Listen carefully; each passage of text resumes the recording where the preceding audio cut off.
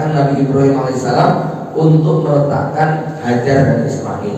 Sampai di titik itu Nabi Ibrahim kemudian membangunkan tenda, meninggalkan satu kantung air, satu geriba air dan satu kantong kurma. Kemudian Ibrahim kembali ke Palestina. Berjalan Ibrahim ke arah utara, dikejar oleh Ibunda Hajar. Ibunda Hajar bertanya, "Ya Ibrahim, apakah kamu tega meninggalkan aku di tempat seperti ini? Tempat yang kering kerontak, tak ada air, tak ada tumbuhan." Ini laki-laki kalau sudah ditanya begini speechless Pak, gak bisa ngomong, diubah. "Ya Ibrahim, Allahu amaroka, apakah Allah yang memerintahkan engkau melakukan perbuatan ini?" Ibrahim menganggukkan kepala. Ibunda Hajar mengatakan, "Idzan la yudayyi'anallah." Kalau memang ini perintah Allah, tak mungkin Allah akan menelantarkan kami. Silahkan kembali ke Palestina, temui istri pertama, biarkan aku dengan balitamu di sini. Assalamualaikum warahmatullahi wabarakatuh. Innalillahi wa nahmaduhu wa nasta'inuhu wa nastahdihi wa natubu ilaih. Wa na'udzu billahi min shururi anfusina wa sayyiati a'malina, may yahdihillahu fa huwal muhtadi wa may yudlil falan tajida lahu waliyyan mursyida. Asyhadu an la ilaha illallah wahdahu la syarika lah wa asyhadu anna Muhammadan abduhu wa rasuluhu la nabiyya wa la rasula ba'da. Allahumma shalli ala Muhammadin wa ala ali Muhammad kama shallaita ala Ibrahim wa ala ali Ibrahim innaka Hamidum Majid. Wa ba'du. Bapak Ibu kaum muslimin muslimat jemaah salat subuh yang berbahagia, alhamdulillah puji syukur kita haturkan pada Allah Subhanahu wa taala, zat yang telah memberikan pada kita begitu banyak limpahan nikmat dan karunia-Nya. Dua malam yang Allah kirimkan hujan buat kita tentu sangat menyegarkan bagi para petani khususnya, sebagaimana nikmat-nikmat yang lain yang juga kita rasakan. Mudah-mudahan syukur kita kepada Allah membuat nikmat ini senantiasa dijaga, ditambahkan dan dilanjutkan. Salawat dan salam semoga tercurah limpahkan pada baginda Nabi Muhammad SAW, juga pada keluarga, kerabat, sahabat dan para pengikutnya yang setia sampai kiamat. Semoga kita termasuk yang mendapatkan syafaatnya di yaumul hisab. Bapak Ibu daripada Allah, tak terasa kita sudah berada di medio Zulqa'dah. Kurang dari 1 bulan kita akan memasuki satu hari raya yang sangat istimewa bagi kaum muslimin. Kalau bulan Muharram identik dengan Nabi Musa alaihissalam, sedangkan Ramadan identik dengan Nabi Muhammad SAW, maka Zulqa'dah atau Zulhijjah identik dengan Nabi Ibrahim alaihissalam. Ya, bercerita tentang Zulhijjah maka bercerita tentang Nabi Ibrahim, salah seorang Nabi Rasulul Azmi yang namanya sangat banyak disebutkan dalam Al-Quran, bahkan disebut menjadi salah satu nama surat, yaitu surat yang ke-14. Nabi Ibrahim alaihissalam memiliki banyak gelar, julukan. Allah menyebutnya sebagai Khalilullah, kekasih Allah. Bedanya kekasih sama pacar apa Pak? Bedanya kekasih dengan istri apa Pak? Ya, kekasih itu satu-satunya. Jadi kalau kekasih hanya boleh satu, kalau istri boleh banyak. Ya, makanya Rasulullah kan sudah terlanjur diangkat sebagai kekasih Allah, sehingga Rasulullah mengatakan, sungguh aku ingin mengangkatmu wahai Abu Bakar sebagai kekasihku, tetapi Allah telah mengambil aku sebagai kekasihnya, sebagaimana Allah mengangkat Ibrahim sebagai kekasihnya. Nah, Rasulullah sudah tidak bisa lagi mengangkat Abu Bakar sebagai kekasihnya.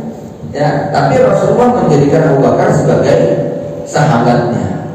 Ya, istri-istri Nabi apakah kekasih Rasulullah? Bukan, karena Rasulullah sudah diambil sebagai kekasih oleh Allah Subhanahu wa taala, sehingga tidak bisa menjadikan istrinya bahkan Abu Bakar As-Siddiq yang paling sangat dicintainya sebagai kekasihnya. Nah, itu bedanya ya Pak ya. Jadi pacar bisa lebih dari satu gitu kan, tapi kalau kekasih hanya ada satu. Nah, Allah Subhanahu wa Ta'ala telah mengangkat Ibrahim sebagai kekasihnya, maka Ibrahim tidak bisa mengangkat istrinya, anaknya sebagai kekasih hatinya. Itulah kenapa nanti ketika ada pilihan Allah, Ibrahim tidak boleh menolak ya, karena Ibrahim sudah diambil sebagai kekasih Allah Subhanahu wa Ta'ala, Khalilullah ya.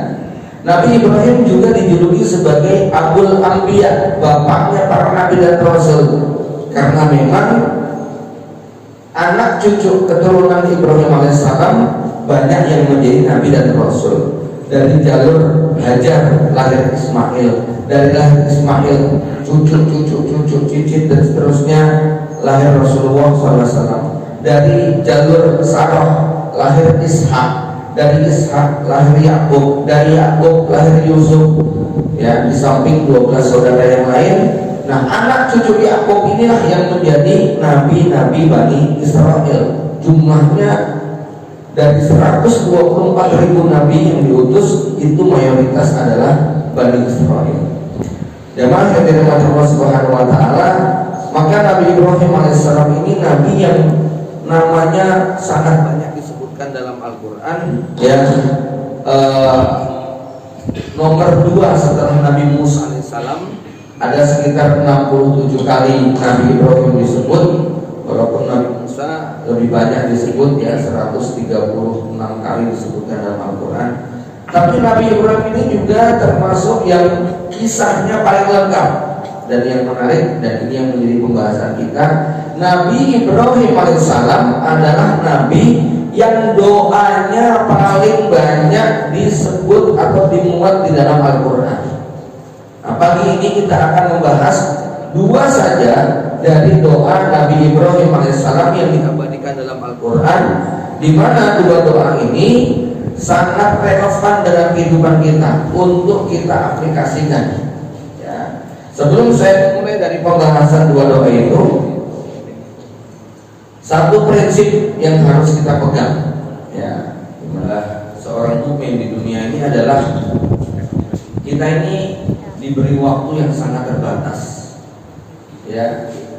Untuk sukses di dunia itu biasanya orang sangat langka kalau sukses ke umur 15 tahun sudah sukses. Ada, tapi jarang sekali ya.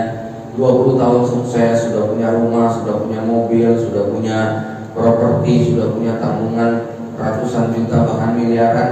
Rata-rata orang sukses dalam definisi duniawi itu di umur-umur 30 ke atas, mungkin 40 lah ya. Artinya saya ingin menggambarkan bahwa untuk mencapai nikmat dunia, sekedar rumah 1 petak, mobil 1 unit, motor atau tabungan yang tidak seberapa jumlahnya, kita harus bekerja 20 tahun, 30 tahun bahkan ya, bahkan ada yang sampai 40 tahun nggak punya apa-apa ya. Jadi untuk sesuatu yang sangat sederhana saja kita harus bekerja sampai 20, 30, 40 tahun, dibantuin lembur-lembur, tambah objek sana sini. Sementara hidup kita besok di akhirat itu jutaan tahun, bahkan tanpa ada batasnya, karena kekal selama-lamanya. Maka pertanyaannya, berapa waktu yang dibutuhkan untuk kehidupan kita yang jutaan tahun tak terbilang? Sementara untuk hidup di dunia yang hanya 60 tahun, 70 tahun, kita kerja keras banting uang tak bahagia ya. Maka di sini dibutuhkan satu cara, strategi bagaimana untuk menghadapi hidup yang tanpa batas itu. Kita bisa memilih amalan-amalan yang kemudian mencukupi buat bekal perjalanan panjang. Dalam teori motivasi bisnis ada satu nasihat yang menarik ya.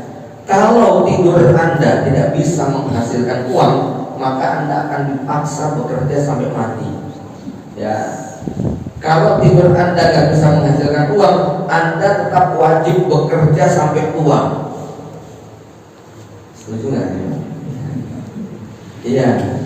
Nah, kalau tidurnya bisa menghasilkan uang, itu mungkin umur 40 tahun sudah duduk manis. Bangun-bangun kok duitnya nambah, bangun-bangun kok tabungannya saldonya meningkat, gitu ya. Siapa mereka yang tidurnya menghasilkan uang? Tentu yang punya jariah, punya kebun sawit 1000 hektar misalnya, punya perusahaan, punya pabrik, punya ini, punya itu dan sebagainya. Ya, bayangkan kalau 1 hektar 1 juta rupiah, 1000 hektar berarti 1 miliar. Kalau 1 bulan 1 miliar berarti 1 hari 33 juta. Kalau 1 hari 33 juta berarti 1 jamnya kurang lebih sekitar 1,5 juta. Berarti kalau 1 jamnya 1,5 juta, Anda tidur jam 9 malam, bangun jam 3 pagi, itu nambah duitnya 10 juta. Bangun-bangun 10 juta nambah, bangun-bangun 10 juta. Itu tidurnya menghasilkan uang. Nah, kalau sudah kayak begini itu umur 40 tahun sudah duduk manis kan. Tapi kalau tidur kita belum bisa menghasilkan, ya kemungkinan sampai tua kita tetap kerja terus begitu ya. Ini saya bukan ingin bicara tentang motivasi bisnis dari orang kaya, bukan. Tapi ini bicara tentang bagaimana kita ketika meninggal dunia, ya, bekal kita masih terus bertambah. Ketika nyawa sudah berpisah, ketika mata tertutup selama-lamanya, kita pengen malaikat tidak berhenti melanjutkan jejak amal yang kita buat di dunia.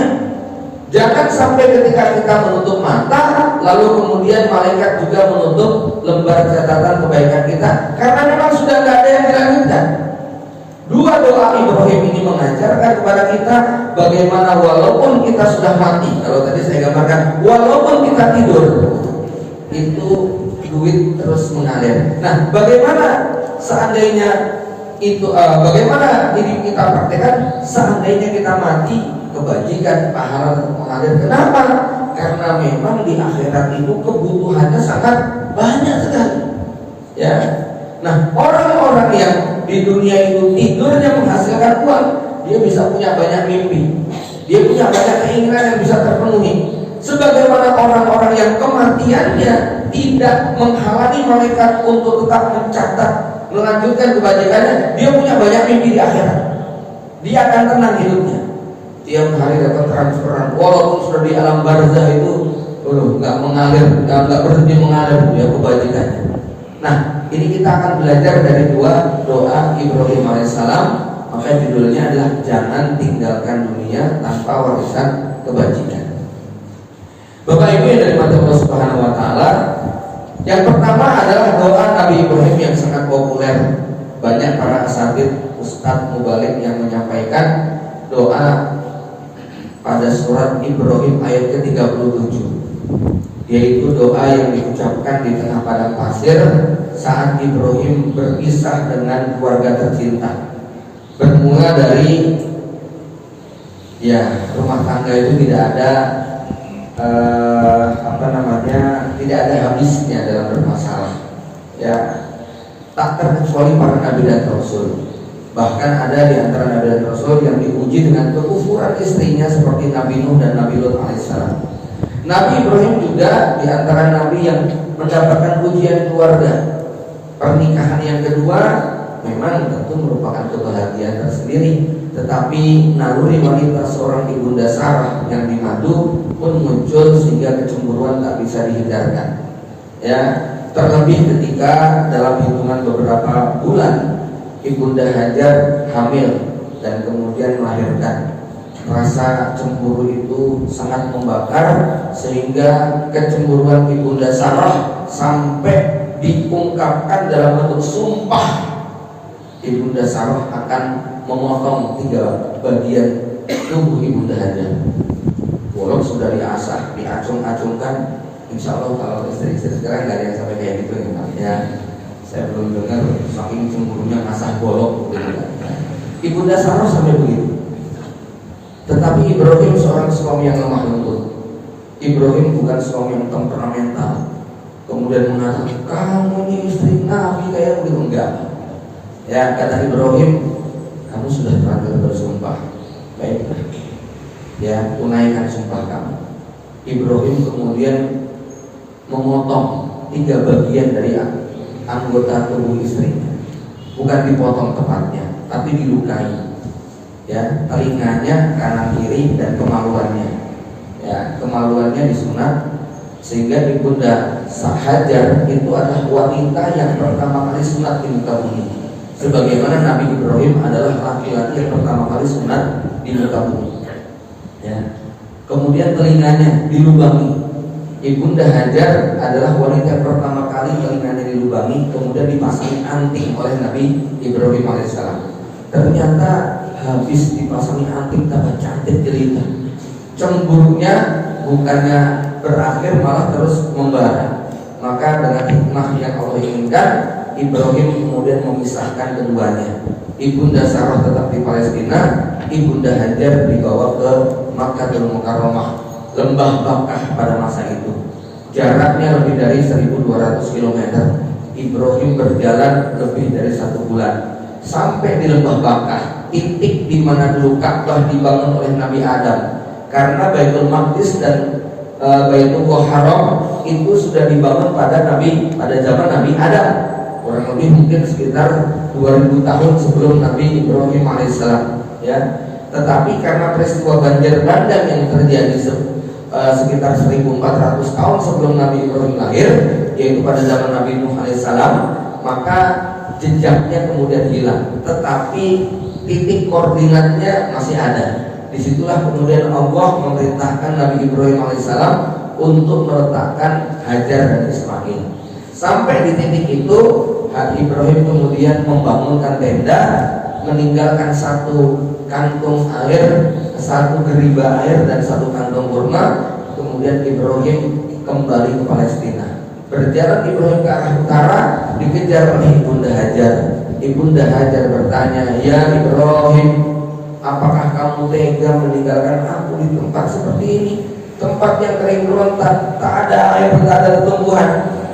Ini laki-laki kalau sudah ditanya begini speechless Pak, gak bisa ngomong. Ya, ibu-ibu bertanya sesuatu yang bapaknya mesti bingung untuk menjawab. Dalam posisi seperti itu, ini sekaligus anjuran ya. Kalau ibu-ibu bertanya kepada suaminya dengan pertanyaan esai dan tidak mampu dijawab, maka hendaknya diubah menjadi pilihan ganda atau benar salah. Gitu. Itu lebih mudah untuk dijawab oleh para bapak. Maka Ibunda Hajar kemudian bertanya, "Ya Ibrahim." 2 kali bertanya gak ada jawaban. Yang ketiga kalimatnya diubah, "Ya Ibrahim, Allahu amaroka." Apakah Allah yang memerintahkan engkau melakukan perbuatan ini? Ibrahim menganggukkan kepala. Ibunda Hajar mengatakan, "Idzan la yudayyi'anallah." Kalau memang ini perintah Allah, tak mungkin Allah akan menelantarkan kami. Silahkan kembali ke Palestina, temui istri pertama, biarkan aku dengan balitamu di sini. Tak mungkin Allah akan membiarkan kami. Ibrahim melanjutkan perjalanan ke arah utara. Sejarah yang kira-kira keduanya itu tak bisa dibedakan antara laki-laki dan perempuan.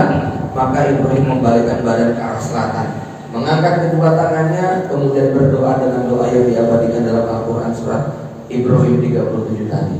Rabbana inni askantu min zurriyati biwadin ghairi dzi dzar'in inda baitikal muharram. Rabbana liyuqimus shalah faj'al af'idatan minan nasi tahwi ilaihim warzuqhum minas samarati la'allahum yashkurun. Ya Allah Tuhan kami, aku letakkan sebagian dari keturunanku. Ini berbagi strategi. Yang satu di Palestina, yang satu di Arabia. Ya, askantu min zurriyati, aku letakkan sebagian anak keturunanku di sebuah lembah yang kering kerontang. Tak ada air, tak ada rumput, tak ada tumbuhan, tak ada kehidupan. Tetapi ini adalah titik Baitullah Muharram, inda Baitikal Muharram. Ini tempat di mana nanti Ka'bah akan dibangun ulang. Rabbana liyuqimus shalah. Aku letakkan anakku di tempat ini liyuqimus shalah, agar anakku, istriku mau menegakkan sholat. Faj'al af'idatan minan nasi tahwi ilaihim. Jadikan hati-hati manusia cenderung dan pengen nengok kepada mereka, kasihan kepada mereka. Warzuqhum minas samarati la'allahum yashkurun. Berilah mereka rezeki berupa buah-buahan supaya mereka menjadi hamba yang bersyukur. Maka pesan dalam doa ini sangat dalam. Ya. Pertama, bagaimana akhirnya Allah menjadikan Baitul Haram sebagai pusat ibadah manusia yang punya nilai keistimewaan. Kemudian doa yang kedua menjadi kenyataan. Apa itu? Faj'al afidatan minan nasi tahwilai, jadikan hati-hati manusia cenderung kepada mereka. Dimulai dari ditemukannya air Zam-Zam setelah bolak-balik Safa Marwah, burung-burung camar kemudian berputar di atas karena memang di bawah ada air. Musafir yang lewat menyaksikan ada burung berputar, berkesimpulan kemungkinan di sana ada sumber mata air. Berangkatlah utusan dan ternyata ditemukan sebuah tenda dengan dua manusia. Akhirnya mereka mendekat, merapat, terjadilah barter, air dengan kurma, air dengan buah, air dengan makanan, air dengan pakaian, air dengan berbagai macam kebutuhan. Disitulah awal kehidupan dimulai. Tenda-tenda mulai dipasang setelah banyak musafir berdatangan, lalu menjadikan tempat itu menjadi tempat persinggahan yang ramai dikunjungi manusia. Dan hari ini kita menyaksikan bukti dari doa Ibrahim 3900 tahun yang silam, bagaimana lembah Bakkah Makkatul Mukarramah adalah tempat yang paling ramai dikunjungi manusia. Tidak ada tempat yang lebih membetot perhatian hati manusia orang beriman melebihi lembah Bakkah. Semua pengen ke sana. Dua migrasi raksasa di dunia. Yang pertama adalah umroh dan haji, yang kedua adalah mudik ketika Idul Fitri. Selebihnya cuma sisa-sisa saja. Nah, Bapak Ibu yang dirahmati Allah, maka apa? Hari ini orang semuanya sangat pengen untuk nengok tempat tinggalnya Ibunda Hajar dan Ismail. Ya, bahkan kalau bisa kita simpulkan, perjalanan manusia ribuan kilo menuju lembah Bakkah dari seluruh penjuru dunia di antara misinya adalah tapak tilas perjalanan Hajar dan Ismail. Siapa yang ke Mekah mau ke Safa Marwah nggak sah itu umroh dan hajinya. Ya, wajib semuanya ke Safa dan Marwah. Ya, Bapak Ibu yang dirahmati Allah, wajib semuanya mengelilingi tempat tinggalnya Hajar dan Ismail. Hijir Ismail, kamarnya Nabi Ismail, batu di mana di situ ada makom Ibrahim, wajib untuk kita kelilingi. Bahkan sangat diperintahkan untuk sholat di dekat makom Ibrahim, tempat yang sangat spesial. Nah, orang-orang yang fisiknya belum bisa hadir ke Mekah, orang-orang yang fisiknya belum bisa menghadap langsung ke arah Ka'bah, setiap hari hati mereka dipautkan dengan Ka'bah. Bahkan saking rindunya yang mereka berada jauh dari Mekah itu pun memasang multazam di depan mihrabnya gitu. Men sholatnya seakan-akan ngadep ke Ka'bah langsung gitu ya. Ya, multazam kawin. Ya. Begitu.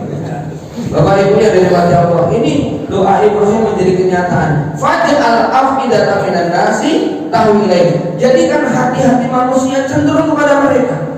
Ya, melihat Ka'bah, melihat keluarga Ibrahim alaihissalam. Inilah ya. Kemudian doa yang ketiga apa? Warzuqhum minas samarati la'allahum yashkurun. Berilah mereka rezeki buah-buahan supaya mereka bersyukur. Bapak Ibu sekalian, kalau doa ini diucapkan di tengah hutan, di pinggir kebun, atau di tempat yang subur, barangkali wajar. Tapi doa ini dipanjatkan di padang pasir. Secara logika ketemu nggak Pak? Di tengah padang pasir berdoa minta supaya banyak buah-buahan. Tapi inilah optimismenya seorang Ibrahim alaihissalam. Jadi salah satu bukti seorang itu dikatakan pemimpin muda yang visioner ketika dia sampai di usia senja, rambutnya sudah putih menyala, masih memikirkan ribuan tahun untuk nasib anak cucu setelahnya. Jadi kalau ada anak muda umur 40, 45, bapak-bapak diajak mikir tentang masa depan, diajak mikir tentang gimana negeri kita, gimana nasib bangsa kita, aduh aku sudah terlalu tua, aku sudah gak sanggup, itu orang tua namanya. Tapi kalau ada kakek-kakek umur 70, 80 kok masih memikirkan, pondok kita gimana, ini masjid nanti 10 tahun lagi bagaimana, 2045 ketika Indonesia emas itu kayak apa, pondok pesantren kita ini 2100 nanti bagaimana, ya bukan udah kiamatan, ya enggak, pokoknya kita punya visi misi yang sangat panjang, gitu kan, ya. Nah kalau pikirannya kayak gitu, ini pemimpin muda namanya. Ibrahim alaihissalam dalam tubuh yang renta, rambut putih menyala, masih memikirkan anak cucunya. Ketika Allah mengatakan ini jahil kalim nasi imama, aku angkat engkau sebagai pemimpin manusia, apa kata Ibrahim? Qala wa min dzurriyyati, anak cucuku juga jadi pemimpin ya Allah. Kenapa? Ketika anak cucu Ibrahim alaihissalam ini adalah orang-orang yang mereka punya peran, punya posisi, punya kedudukan, lalu mereka kemudian mereka itu adalah buah daripada kerja keras dan doa Nabi Ibrahim alaihissalam, maka semua yang mereka lakukan itu akan menjadi amal jariah bagi Nabi Ibrahim alaihissalam. Ya, bayangkan berapa pundi-pundi kebaikan yang dimiliki oleh Nabi Ibrahim karena jutaan orang tiap hari selalu mengelilingi rumahnya. Ya, awak di sana. Siapa yang pertama kali mengumumkan manusia supaya datang ke Mekah? Wa azzin fin nasi bil haji ya'tuka rijalan. Ya, umumkan supaya manusia berangkat ke Mekah. Nabi Ibrahim itu ketika diperintahkan supaya mengumumkan, dia bingung gimana cara mengumumkannya. Ya, belum ada medsos, belum ada telepon, belum ada surat kabar, sudah mengumumkan. Ibrahim naik ke atas bukit kemudian berteriak keras, wahai seluruh manusia, sesungguhnya Allah mengharuskan kalian untuk mendatangi rumahnya. Maka suara itu menggema ke seluruh dunia. Orang-orang yang ada pada saat itu merasa ada panggilan dari langit, maka mereka datang dari lembah, dari gunung, dari kota, dari desa, berbondong-bondong ke lembah Bakah. Masya Allah, ya, sampai membuat Raja Abraham itu jengkel dan geram. Ini kotak hitam ini apa keajaibannya? Kok manusia di seluruh dunia selama ribuan tahun berbondong-bondong datang ke sana?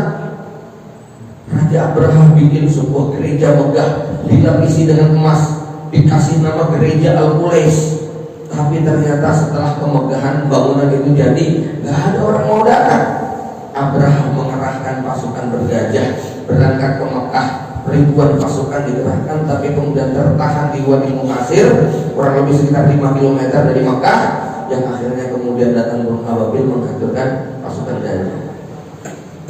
Jejak tapak Ibrahim yang masih utuh sampai sekarang kita rasakan. Maka salah satu daripada keajaiban perjuangan Ibrahim adalah bahwa tapak jejak peradaban yang ditinggalkan oleh Ibrahim alaihissalam itu adalah jejak peradaban yang bukan sekedar situs kenangan, tetapi menjadi tempat ibadah yang menggerakkan.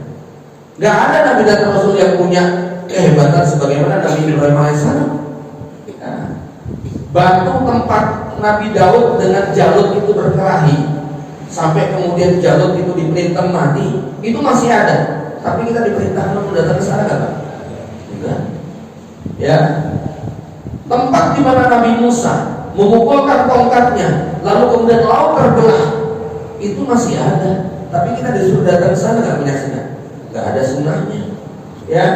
Kuil yang dibangun Nabi Sulaiman, menurut orang-orang Yahudi, mungkin masih ada disembunyikan, tapi kita nggak dianjurkan untuk ke kuilnya. Bahkan Gua Hira di mana Nabi Muhammad menerima wahyu pertama kali, kita disunahkan untuk ke sana nggak? Enggak. Ya. Sholat berdoa enggak ada sahabat yang kemudian umrah kok mampir ke Gua Hira dulu. Itu kan cuma orang Indonesia aja, ya, yang pengen selfie, pengen punya kenangan gitu ya. Gua Sur, ya kita lewat aja. Tapi nggak ada kemudian kita keharusan untuk beribadah di situ, ya. Bahkan di Jabal Rahmah, ya, itu juga sebetulnya nggak ada perintah untuk berkunjung kecuali hukum pada tanggal 9 Zulhijjah. Ya kalau kita ke sana ya sekedar sekedar. Tapi yang namanya Jabal Rahmah sebenarnya jejak peninggalannya Nabi Ibrahim juga, ya. Bapak Ibu yang dari mata Allah, nah ini ya, jejak Nabi Ibrahim ini jejak yang bukan sembarang jejak.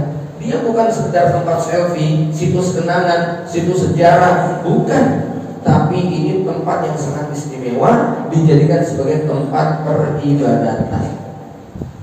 Silahkan cari tokoh-tokoh dunia, Nabi dan Rasul maupun para pembesar yang terkenal. Gak ada tempat yang diabadikan seperti diabadikannya Baitul Maqdis dan Makkatul Mukarram. Maka ini visionernya Nabi Ibrahim terwujud dalam doanya meminta agar manusia datang ke tempat di mana Nabi Ibrahim alaihissalam berdoa. Bapak Ibu yang dari Allah Subhanahu Wa Taala, ini doa pertama. Nah, doa kedua ini yang juga tak kalah istimewanya. Doa yang jarang diangkat, ya, tetapi jelas Al-Quran menceritakan, yang termuat dalam surat Asy-Syu'ara ayat ke-84, di mana Nabi Ibrahim alaihissalam berdoa, waj'al li lisana sidqin fil akhirin. Ya Allah, jadikan aku buah tutur kata yang baik fil akhirin, setelah aku meninggal dunia, termasuk juga pada orang-orang yang datang setelah aku.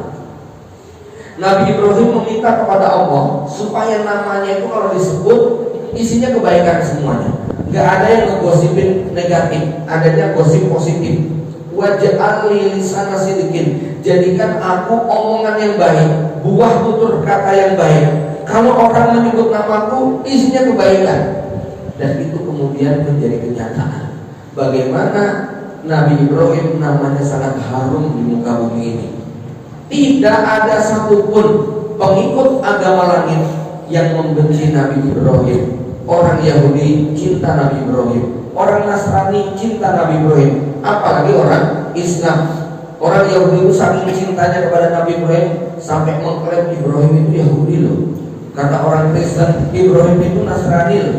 Tetapi Allah kemudian mengatakan, maka Nabi Ibrahim Yahudiyan wala Nasraniyan. Ibrahim bukan Yahudi, Ibrahim bukan Nasrani, walakin kana hanifan muslimah wa ma kana minal musyrikin. Bahkan Allah mengancam orang yang gak suka Nabi Ibrahim itu pasti orang bodoh. Ya, wa may yarghabu an millati Ibrahim illa man safiha nafsa. Tidak ada yang benci dengan Nabi Ibrahim kecuali orang goblok. Ya. Walaupun istafainahu fid dunya wa innahu fil akhirati laminas sholihin. Kami telah memilih Ibrahim di dunia dan Ibrahim di akhirat termasuk orang-orang saleh. Bapak Ibu sekalian, apa yang perlu kita kaji dalam kisah Ibrahim? Ibrahim alaihissalam, kalau cerita yang beliau lewati itu kita bawa pada konteks sosial politik kekinian, itu mesti mendatangkan masalah. Ya, Bapak Ibu, seandainya ada suami yang kayak Nabi Ibrahim hari ini, istri pertama taruh di ibu kota, istri kedua taruh di hutan belantara, kira-kira Anda sebut suami itu apa Pak? Ayo, suami yang baik hati atau suami yang dolim atau suami yang jahat? Mungkin kita mengatakan dolim jahat. Pertanyaannya, ada nggak yang dulu Nabi Ibrahim suami yang jahat? Nggak ada. Ya, dosa besar kalau Nabi Ibrahim jahat. Ya. Seandainya yang dilakukan oleh Ibrahim alaihissalam ketika menghancurkan patung-patung Namrud yang jumlahnya ratusan, lalu membiarkan satu saja, itu dilakukan oleh antum hari ini. Datang ke Slamet Riyadi bawa kampak sama godam, terus dihancurkan patung-patung yang ada di depan gedung. Anda disebut apa kira-kira? Teroris, radikal, apalagi ya ekstremis, julukan. Anda akan disebut dengan julukan-julukan yang sangat ya seperti itu. Tapi ada nggak yang berani menyebut Nabi Ibrahim ekstremis, radikalis, teroris? Ada? Nggak ada. Harum namanya Nabi Ibrahim alaihissalam. Ya, seandainya yang dilakukan oleh Nabi Ibrahim ketika konflik dengan orang tuanya, sampai orang tuanya mengatakan la arjumannaka wahjur limaliyah, ya, tak rajam kamu ini, gitu kata bapaknya. Pergi kamu dari sini. Ya. Ibrahim mengatakan kepada bapaknya, inni araka wa qaumaka fi dhalalin mubin. Bapak dan teman-teman bapak itu sesat semuanya. Misalnya ada anak muda sekarang baru mengikuti pengajian, habis itu kemudian desat-desatkan bapaknya. Kira-kira disebut anak apa Pak? Anak durhaka? Ada nggak yang mengikuti Ibrahim anak durhaka? Nggak ada. Ya, bersih nama Nabi Ibrahim itu bersih. Anak soleh yang berbakti Nabi Ibrahim. Nggak disebut anak durhaka. Seandainya keinginan Ibrahim datang dari Palestina ke Mekah untuk melaksanakan perintah Allah, apa? Menyembelih anaknya yang bertahun-tahun gak pernah ditengok, datang ketika Ismail sudah dewasa, kok kemudian mengatakan, ya bunayya inni ara fil manami anni azbahuka fanzur madza tara. Anakku, semalam bapak mimpi bapak nyembelih kamu, gimana nak? Itu misalnya dengan yang ngomong sama anak kira-kira disebut bapak apa? Wah, psikopat ini, ya, pembunuh kejam, bapak yang biadab, mungkin akan disebut begitu. Ada yang menyebut begitu kepada Ibrahim? Nggak ada, ya.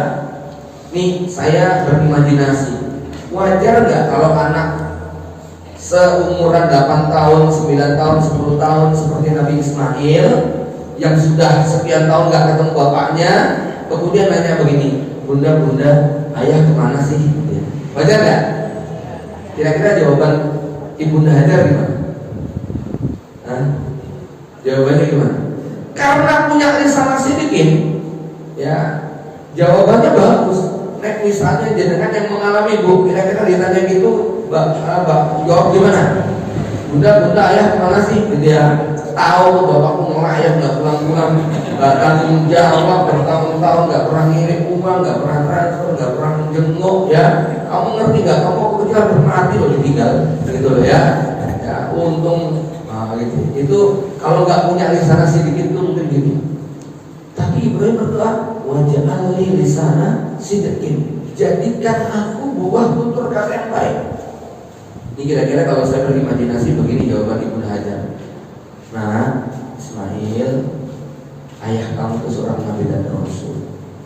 Ayah kamu itu ulul azmi.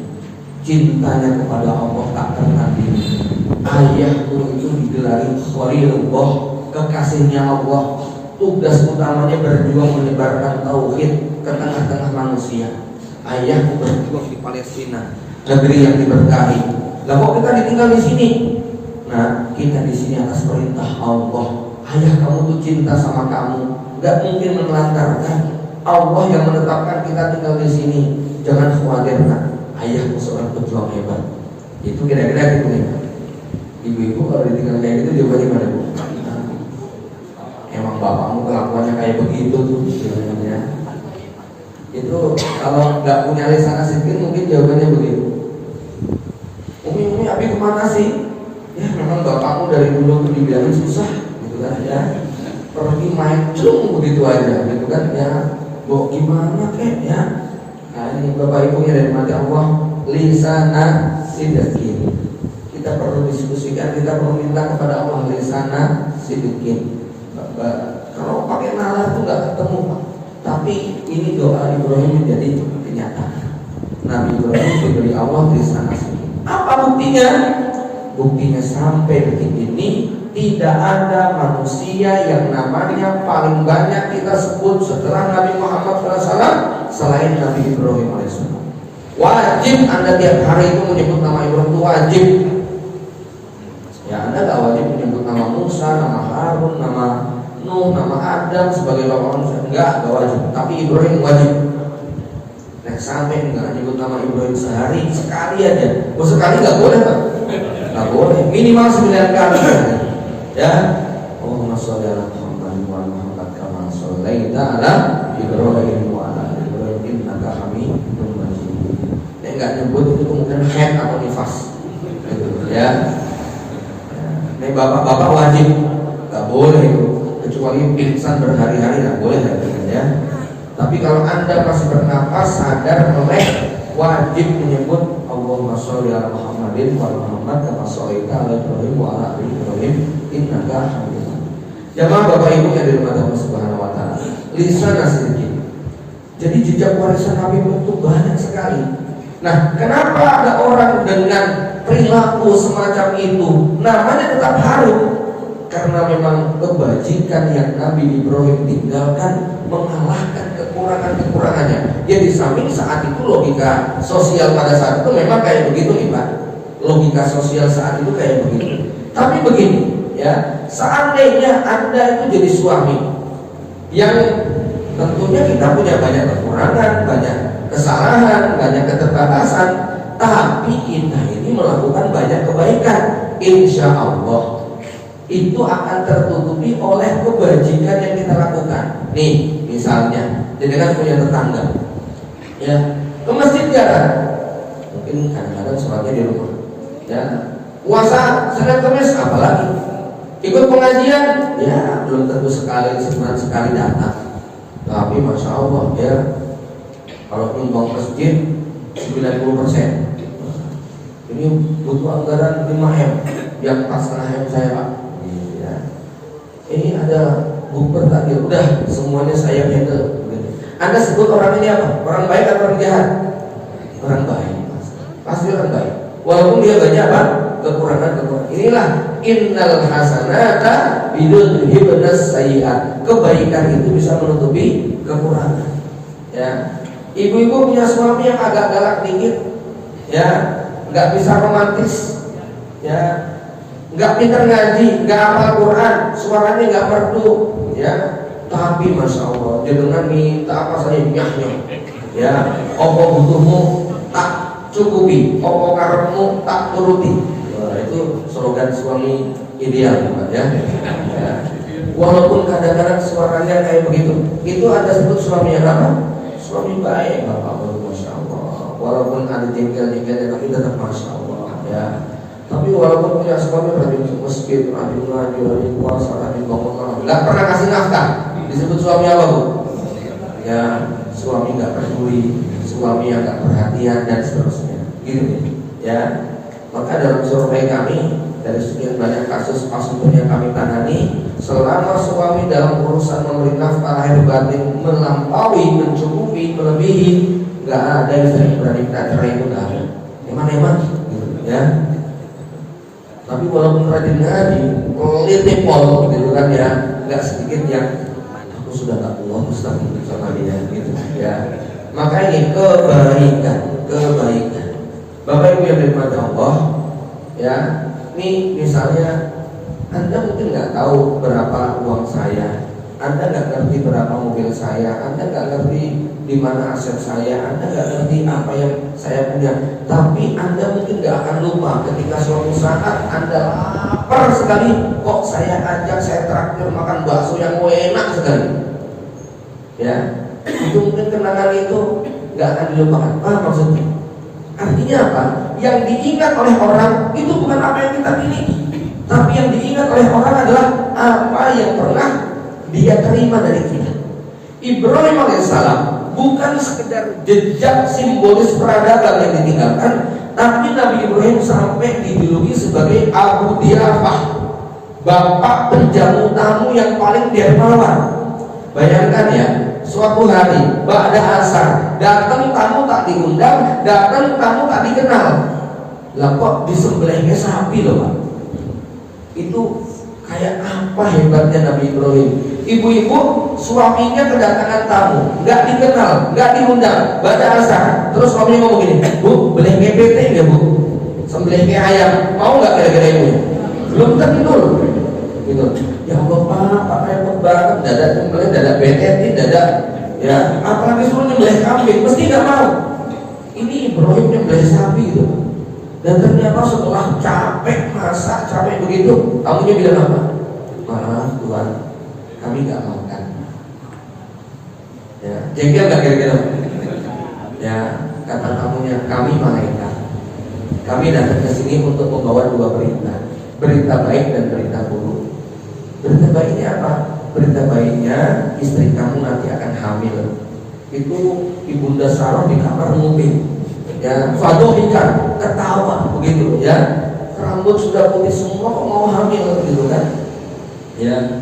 Ada jadi min amrillah, kata malaikat. Apakah engkau heran dengan perintah Allah, dengan urusan Allah? Ini Allah yang kasih gitu kan. Nah yang kedua Ibrahim, kami mau datang ke Sodom. Ya, ada apa dengan Sodom? Sodom akan kami hancurkan, akan kami balikkan bumbunya. Itu ada keponakan di sana. Gimana nasibnya? Ya Ibrahim teringat kepada keponakan yang bernama Nabi Lut alaihissalam ketika berpisah sekian puluh tahun yang silam, berbeda tugas dakwahnya. Kata malaikat, tenang, kalau Lut akan kami selamatkan, anaknya juga kami selamatkan. Tapi maaf, istrinya nggak bisa. Istrinya termasuk yang kami binasakan. Innaha kanat minal ghabirin, karena istrinya termasuk orang yang akan ditinggal. Ya, istri durhaka. Masya Allah, Ibrahim sedih. Gimana? Sudah, Ibrahim, ini waktunya sudah mepet. Jangan berdebat dalam urusan ini, kata malaikat. Malaikat kemudian pergi meninggalkan itu. Jadi sampai ini sopo sing menang. Ibu-ibu yang dikirim jengkel gak bu? Pas masak kesel-kesel jauh orang dipangan sama tamunya. Orang Jawa kesel buatan pak. Wah, nesunin polit. Pokoknya kudu cicipi gitu kan? Dengan masak tenaran tamunya kok kemudian maaf enggak gitu ya. Itu mungkin ada jengkel. Enggak, Ibrahim enggak. Masa tugasnya menjamu tamu. Ini keistimewaan Nabi Ibrahim alaihissalam. Ya. Karenanya jejak kebaikan yang ditinggalkan Ibrahim alaihissalam itu sangat luar biasa yang sampai hari ini masih kita rasakan. Nah, inilah warisan kebajikan. Pertanyaannya, apa yang mau Anda tinggalkan sebelum Anda meninggalkan dunia? Ya, nama Anda pengen disebut apa oleh masyarakat, oleh manusia di sekitar kita? Mau disebut dengan kebaikan atau disebut dengan keburukan? Ya, betapa indahnya kalau kita sudah meninggal dunia, lalu orang menyebut nama kita, Masya Allah, Pak Fulan itu ya luar biasa. Sebelum meninggal dunia, hartanya itu separuh diwakafkan. Itu masjid adalah tanahnya wakaf keluarganya. Bahkan bangunannya sepenuhnya dari dia. Itu namanya harum. Maka zikrul hasan ba'dal mauti ziyadatul umri ba'dal umri. Menyebut kebaikan seseorang, nama baik yang dikenang itu umur tambahan setelah umur yang sesungguhnya.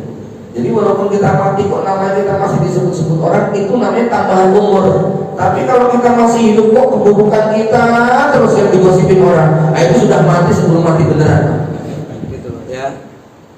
Orang kok ngegosipin kita jelek semuanya, ya. Itu dia orang itu sudah mati, udah ada kebaikannya. Nah, pertanyaannya begini, Ustaz, lah kita kan orang biasa. Saya bukan ustaz kondang, saya bukan orang kaya, saya bukan orang yang punya posisi dan kedudukan.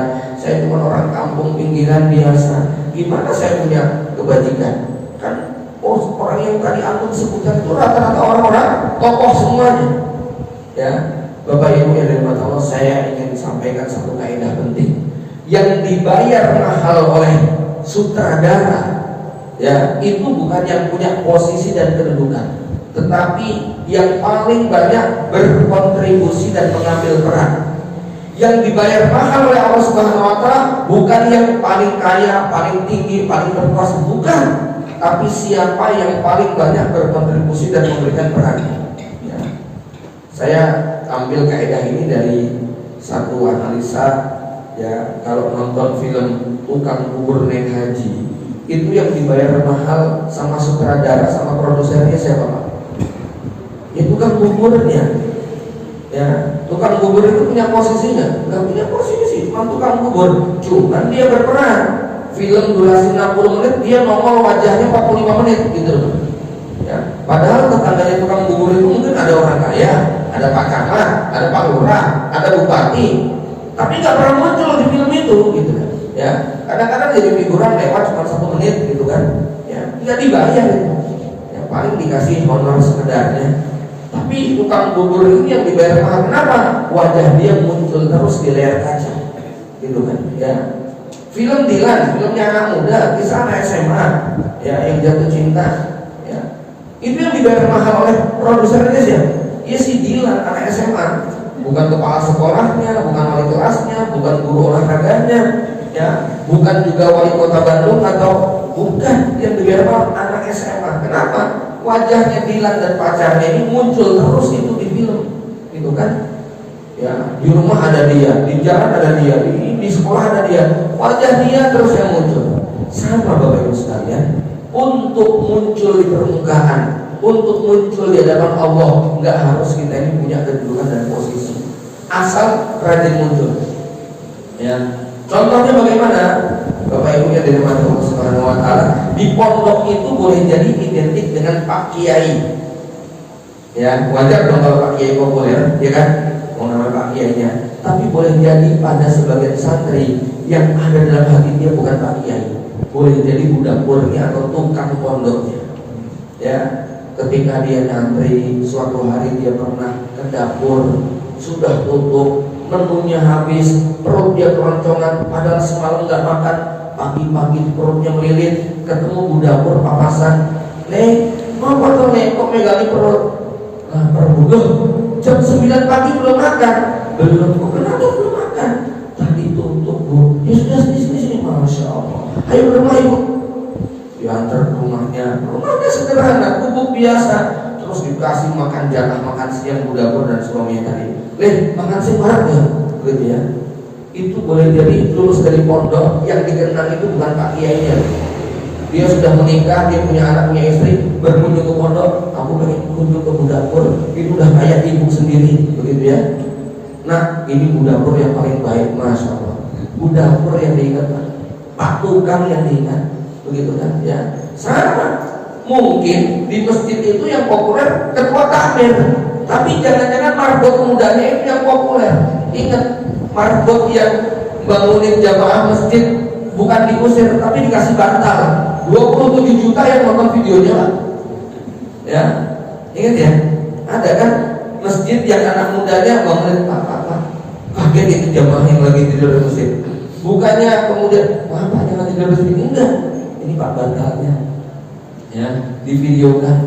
Kemudian yang nonton sampai orang pada, masya Allah, ini masjidnya di mana sih? Kok tidur dibangunin malah dikasih bantal, gitu kan ya?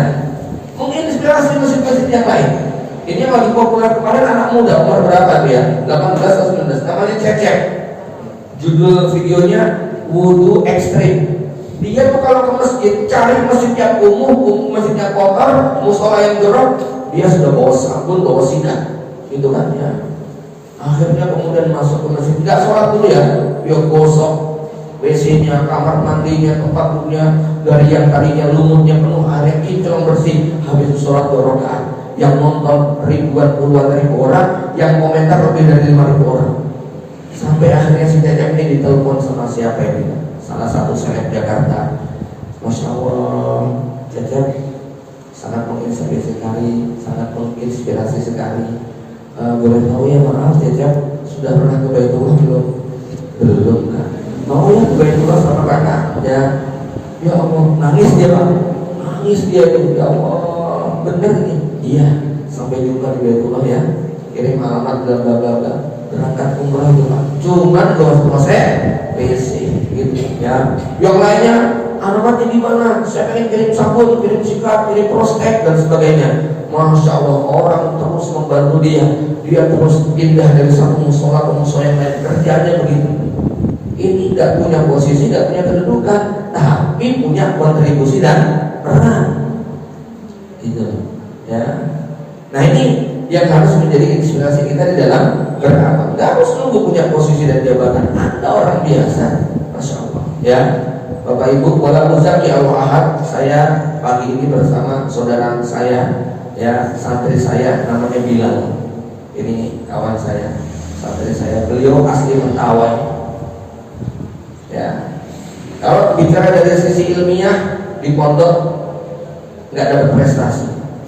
Beliau mu'alaf 5 bulan langsung berangkat ke pondok, ya, 2 tahun pondok di tempat kami, pulang sampai hari ini beliau sudah mengislamkan 70 orang, masya Allah. Ya, saya 28 tahun dakwah, nggak ada satupun yang saya islamkan, tapi alhamdulillah nggak ada satupun yang saya kafirkan, gitu, ya. Karena ada juga ustadz yang kafirkan kan ada ya. Ya, kalau dari sisi harta beliau nggak punya. Ya, dai yang kita kirim ke sana digaji 5 juta sebulan, targetnya 6 bulan baru pulang, 1 minggu sudah balik, nggak kuat tinggal di sana. Alamnya sangat keras, biaya hidup sangat mahal, ketemu beras belum tentu sebulan sekali. Beliau bertahan, ya, ngajar 7 tahun tanpa gaji, ya, subhanallah, ya. Wala muzaki Allah, mohon maaf mungkin saya bisa berdiri sebentar, ya. Ini ya, anak kami ini Pak tinggal di tempat kami 3 tahun. Silakan dulu ya. Nah, oke, ini lihat ibunya. Aman Bilal, sekali lagi Bilal. Ya, ya. Ya. Ini putra asli Mentawai, begitu kan ya. Dai di sana nggak ada yang kuat, begitu kan ya. Beliau tahan sampai kemudian bisa mendirikan TK Islam, begitu ya, dengan istrinya. Istrinya cuma ngaji 6 bulan aja di pondok, ya. Tapi masya Allah kontribusi dan berat, begitu ya. Kalau saya katakan modal beliau cuma 2, kelemah lembutan, sabar. Modal lebih tidak ada, modal ilmu biasa. Tapi 2 modal tadi yang membuat beliau punya peran ya sampai kemudian masya Allah ya. Maka setiap Ramadan kami sangat semangat untuk menggalang dana karena banyak sekali orang-orang di sana yang bisa masuk Islam ya dengan bagi-bagi takjil. Orang-orang Nasrani di sana heran ya. Dan alhamdulillah ya, dari 360 kakak itu sekarang sudah ada 39 kakak yang masuk Islam. Ketika beliau menjadi mu'alaf cuma ada 5 kakak, sekitar 19 orang. Hari ini alhamdulillah di kampung beliau sudah ada hampir 170 orang yang masuk Islam. Ya, beliau menjadi imam, mengajar di sana dan subhanallah ya, Allah gerakan kemarin dapat kesempatan umroh dari atas kerajaan, dari atas apa namanya yang ada di Jakarta, dia bersama beberapa ustadz yang lain ya. Mimpi beliau untuk ke Jawa itu hampir kapan bisa ke Jawa, dari mana dananya. Tapi ya sekali lagi ya, Allah akan kasih kepada yang punya peran dan kontribusi ya. Bapak Ibu yang dirahmati Allah, setiap kita tentu pengen sebelum meninggal dunia kita punya jejak amal kebaikan. Saya bilang kepada beliau, target 50% warga sana antum Islamkan, begitu ya. Karena sangat jarang orang yang kuat dan mampu bertahan di sana. Sampai ustaz yang ngajak beliau ketika kunjung ke rumahnya mengatakan, saya dibayar 20 juta sebulan di sini, nggak bakal mau saya. Gitu ya. Beliau tanpa bayaran ikhlas tabah untuk menetap di sana. Ya, masya Allah Bapak Ibu dari Allah Subhanahu Wa Taala, saya sampaikan mudah-mudahan Allah jaga keikhlasan beliau ya, dan kita punya saham doa dan kontribusi kita gitu ya. Nanti Bapak Ibu kalau yang menindaklanjuti barangkali ya, saya setiap Ramadan biasanya nge-share untuk kebutuhan apa namanya perjalanan dakwah beliau di kampung Mentawai, hutan belantara, pelosok yang sangat jauh dari peradaban. Makanya ketika datang pertama kali ke Jawa kaget ya, kereta api lewat itu kaget kan gitu loh. Karena kan tinggalnya di hutan gitu. Makanannya sagu setiap hari, nggak ada beras, nggak ada ya. Untuk ke pasar harus naik kapal 5 jam, ombaknya sangat tinggi, kapal sampan kecil gitu kan. Jadi kalau ke pasar paling ya berapa bulan, berapa pekan sekali gitu kan ya. Nggak ada pasar gitu kan ya. Tapi masya Allah Bapak Ibu yang dari Allah Subhanahu Wa Taala, demikian kajian kita pada hari ini, mudah-mudahan bermanfaat. Mari kita maksimalkan apa yang bisa kita punya sehingga kita sebelum meninggal dunia sudah meninggalkan banyak jejak warisan kebaikan, sehingga saat kita di alam barzakh banyak sekali transferan pahala dan kebaikan yang datang kepada kita. Aku qouli hadza wa astaghfirullaha wa lakum. Subhanallahumma rabbana wa bihamdika asyhadu an la ilaha illa anta astaghfiruka wa atubu ilaik. Assalamualaikum warahmatullahi wabarakatuh.